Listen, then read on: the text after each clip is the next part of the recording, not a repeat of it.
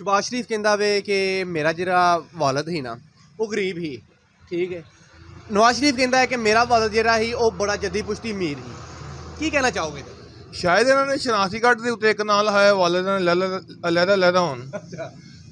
ਇਹ ਵੀ ਤਾਂ ਹੋ ਸਕਦਾ ਨਾ, ਮਤਲਬ ਸ਼ਨਾਖਤੀ ਕਾਰਡ ਦੇ ਕੇ ਜਿਹੜਾ ਨਾ ਲੈ ਕੇ ਪਾਲਿਆ ਹੈ। ਤੇ ਖੈਰ ਇਹ ਝੂਠ ਨੇ। ਹਮਜ਼ਾ ਸ਼ਬਾਜ਼ ਜਾके मुल्तान राजनपुर इधर जाके बड़े जलसे जुलूस कर रहा है ठीक है, प्रेस कॉन्फ्रेंस कर रहा है। क्या ਇਹਦੇ ਨਾਲ हुकूमत ਨੂੰ ਕੋਈ ਫਰਕ ਪਏਗਾ? ਇਮਰਾਨ ਖਾਨ ਦੀ हुकूमत ਨੂੰ ਨਹੀਂ ਨਹੀਂ ਇਹਦੇ ਨਾਲ ਕੋਈ ਫਰਕ ਨਹੀਂ ਪਏਗਾ। ਫਰਕ ਜਿਹੜਾ ਜਿੰਨਾ ਕੋ ਪੈਣਾ ਸੀ ਨਾ ਉਹ ਪੈ ਗਿਆ। ਇਹ ਮਰੀਮ ਨਵਾਜ਼ ਦੇ ਜਲਸਿਆਂ ਨੇ ਕੀ ਕਰ ਲਿਆ? ਆਜ਼ਾਦ ਕਸ਼ਮੀਰ ਹਾਰ ਗਏ। ਮਰੀਮ ਨਵਾਜ਼ ਦੇ ਜਲਸਿਆਂ ਨੇ ਕੀ ਕਰ ਲਿਆ? 42 ਹਾਰ ਗਏ, 38 ਹਾਰ ਗਏ।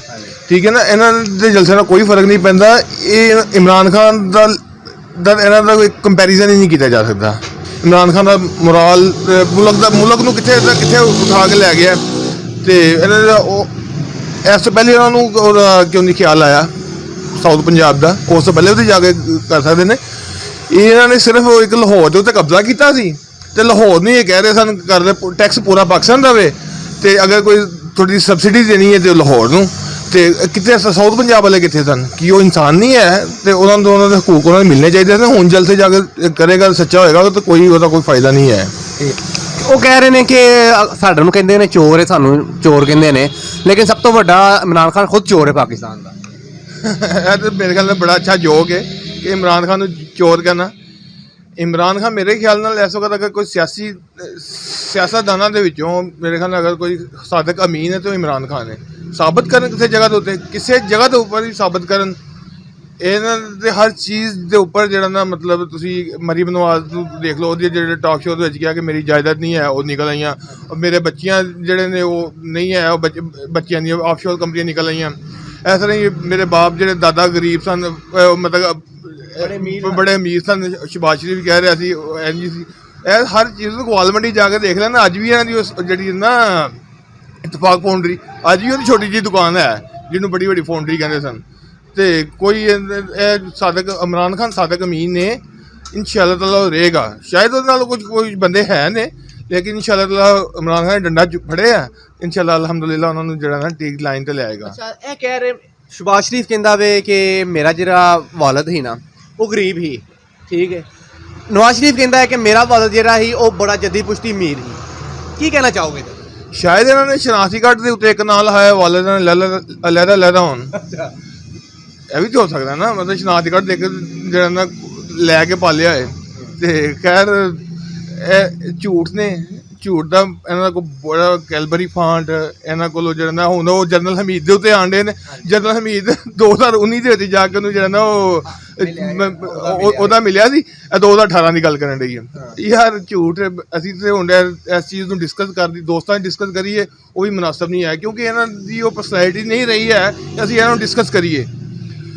ਇਹ ਖਤਮ ਹੋ ਗਏ, ਨੂਨ ਲੀਗ ਖਤਮ ਹੋ ਗਈ ਆਪਸ ਵਿੱਚ। ਹੁਣ ਜ਼ੁਬੈਰ ਸਾਹਿਬ ਉਹ ਗਵਰਨਰ ਬਣਾਤੇ ਸਨ, ਗਵਰਨਰ ਸਿੰਘ ਬਣਾਤੇ ਨੇ। ਉਹਨਾਂ ਦੀਆਂ ਪੋਰਨ ਵੀਡੀਓ ਜਾਂ ਤੋਬਾ ਅਸਤਗਫਰ ਕਰਨੀ ਨਹੀਂ, ਜਿੰਨੀ ਕਿ ਫੇਸਬੁੱਕ ਤੇ ਆਈ ਸੀ ਬਲਾ ਰੋਣੀ ਕੀ ਦੇਖੀ ਹੈ। ਵੇਖੀ ਹੈ, ਉਂਝ ਨਹੀਂ ਵੇਖੀ ਗਈ, ਉਂਝ ਮਿਲੀ ਨਹੀਂ ਹੈ। ਕੋਸ਼ਿਸ਼ ਕੀਤੀ, ਟਰਾਈ ਕੀਤੀ।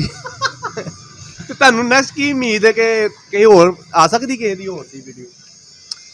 ਹਾਂ ਆ ਸਕਦੀ ਹੈ, ਬੜਿਆਂ ਨਹੀਂ ਆ ਸਕਦੀ ਹੈ। ਜਿਹੜੇ ਰਿਲੀਜ਼ ਕਰਦੇ ਪਏ ਉਹਨਾਂ ਦੀ ਮੇ ਵੀ ਕਿਤੇ ਬਣੀ ਹੋਏ। ਜ਼ਾਹਿਰੀ ਗੱਲ ਹੈ ਕੋਈ ਕਿਸੇ ਦੀ ਕੋਈ ਵੀਡੀਓ ਰਿਲੀਜ਼ ਕਰੇਗਾ ਜਾਂ ਕੋਈ ਸੀਕ੍ਰੇਟ ਨਹੀਂ ਰੱਖੇਗਾ ਤੇ ਉਹਦੇ ਤੇ ਪਰਦਾ ਨਹੀਂ ਨਾ ਪੈਣਾ ਹੈ। ਉਹ ਕਹਿ ਰਹੇ ਨੇ ਕਿ ਗਲਤੀ ਨਾਲ ਹੋਈ ਹੈ, ਕਰਨੀ ਕਿਸੇ ਕਰਨਲ ਜਨਰਲ ਜ਼ਬੈਰ ਦੀ ਹੀ, ਲੇਕਿਨ ਆਪਣੇ ਜ਼ਬੈਰ ਤੇ ਕਲਿੱਕ ਹੋ ਗਿਆ। ਕਰਨਾ ਚਾਹੁੰਦਾ ਨਹੀਂ, ਕੁਛ ਬ੍ਰਿਗੇਡ ਉਹਦੀ ਕੈਪਟਨ ਦੀ ਕਰਨੀ ਹੋਏਗੀ। ਕੈਪਟਨ ਮਸਲਾ ਕੈਪਟਨ ਹੈ ਤਾਂ ਪਤਾ ਲੱਗ ਗਿਆ ਤੁਹਾਨੂੰ। ਅੱਛਾ, ਨਹੀਂ ਉਹ ਕਹਿੰਦੇ ਨੇ ਕਿ ਇਹ ਜਿਹੜੀ ਮਤਲਬ ਕਿ ਮਰੀਮ ਨਵਾਜ਼ ਹੈ ਉਹ ਕਹਿੰਦੀ ਸੀ ਕਿ ਮੇਰੇ ਕੋਲ ਕਾਫੀ ਵੀਡੀਓ ਪਈਆਂ ਨੇ।